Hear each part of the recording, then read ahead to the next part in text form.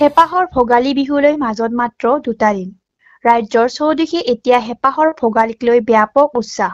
চলিছে ভেলাঘৰ, মেজি বনোৱাৰ অঘোষিত প্ৰতিযোগিতা।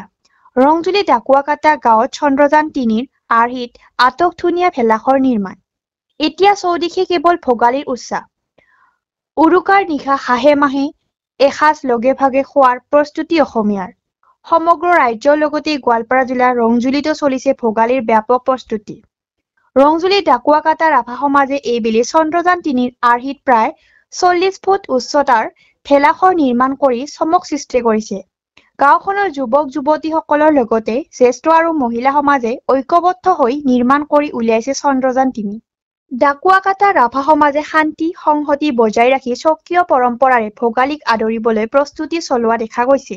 এই সন্দৰ্ভত কন্দৰ্পছ নেচাৰ এণ্ড কালচাৰৰ বিশেষ প্ৰতিবেদন। ডাকুৱাকাটা ৰাভা সমাজখনে এতিয়া পূৰ্বৰ পৰা তাৰমানে আমি ইয়াতে ভোগালীৰ উৰুকা নিশা এসাঁজ মানে সকলোৱে মিলিজুলি শিশুৰ পৰা বৃদ্ধলৈকে আমি সকলোৱে একেলগে মিলিজুলি মানে এসাঁজ খাওঁ।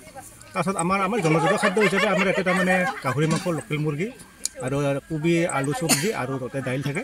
সেইটো মিলি আমি ইয়াতে খাওঁ। আৰু লগতে এইবুলি আমি আচলতে মাঘ বিহুৰ লগত সংগতি ৰাখি আমাৰ ডেকাসকলৰ প্ৰচেষ্টাত আজি বহু বছৰ ধৰি আমি প্ৰতি বছৰে বিভিন্ন ধৰণৰ প্ৰতিচ্ছবি এটা আমি নিৰ্মাণ কৰি উলিয়াই আৰু সেইটোৱে আমাৰ ৰাইজৰ মানে সকলোৰে এটা আনন্দৰ মানে আকৰ্ষণ কৰি কৰাৰ লগতে আমাৰ সকলো অঞ্চলবাসী ৰাইজৰ মানে এটা আকৰ্ষিত হিচাপত আমি এটা মানে বস্তু এটা নিৰ্মাণ কৰি লোৱা হয়।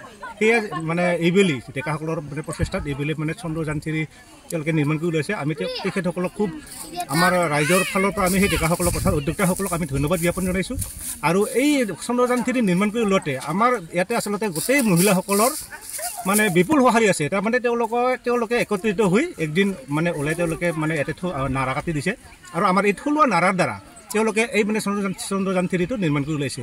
আৰু এই চন্দ্ৰযান-3টো আমি মাঘৰ 1 তাৰিখ দিনাখন মানে সন্ধিয়া বেলা আমি সকলো ৰাইজৰ পুৰুষ মহিলাসকলে এতিয়া একত্ৰিত হৈ মানে বিভিন্ন এটা বক্স বজাই আনন্দ উৎসৱেৰে এইটো মানে আমি জ্বলাই দিয়াৰ মানে এটা পৰিকল্পনা হাতত লৈছোঁ। আৰু ইয়াতে যিখিনি আমি ভাৰতীয় পতাকা বা অস্তম্ভ আৰু বিভিন্ন নামাকৰণবিলাক যিখিনি তাতে আমি মানে সাপ্তোৱা হৈছে সেই বস্তুখিনি আমি মানে এৰাই দিম, নহ'লে এটা আমাৰ কাৰণে এটা প্ৰতিক্ৰিয়াগত হৈ আহিব পাৰে। সেইটো আমি কৰি দিম। লগতে এই চন্দ্ৰযান-3য়ে আমাৰ অলপ আগতে আমি জানাত মানে ভাৰতবৰ্ষৰ পৰা বিভিন্ন বৈজ্ঞানিকসকলৰ প্ৰচেষ্টাত মানে চন্দ্ৰত মানে এইটো অৱতৰণ কৰাৰ কাৰণে তেওঁলোকে মানে এটা মানে সফল অৰ্জন কৰিছিল। আৰু তাকে অনুকৰণ কৰি আমাৰ ডেকাসকলে বোধহয় কিজানি এই চন্দ্ৰযান-3টো নিৰ্মাণ কৰি ওলাইছে। আৰু আমিও ভাবিছোঁ যে আচলতে আমাৰ যিহেতু মনবিলাক মানে স্থবিৰ নহয় বৰ্তমান আজিকালি বিজ্ঞানৰ যুগত, আমাৰো মনবিলাক অলপমান মানে উচ্চাকাংক্ষীৰ কাৰণে হয়তো তেওঁলোকে সেইখিনি প্ৰচেষ্টা চিন্তা কৰিছে।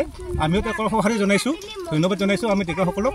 আৰু এই চন্দ্ৰত এই অৱতৰণ কৰি মানে চন্দ্ৰত মাটি বালি বায়ু পানী আদি আছে নে নাই সেইটো যিহেতু মানে এটা অনুসন্ধান লোৱাৰ উদ্দেশ্যতে ভাৰতবৰ্ষই সেইখিনি উঠিয়াইছিল। আমিও বোধহয় তাৰ অনুকৰণ কৰিয়ে আমিও মানে তাতে মানে জীৱ মানে তাত বসবাস কৰাৰ মানে হেৰি আছে নে নাই সেইটো মানে এটা প্ৰচেষ্টা হাতত লৈ তেওঁলোকৰ লগত সুৰ মিলাই একেলগে মানে সেইটো অনুকৰণ কৰি এইটো নিৰ্মাণ কৰি ওলাইছে আমাৰ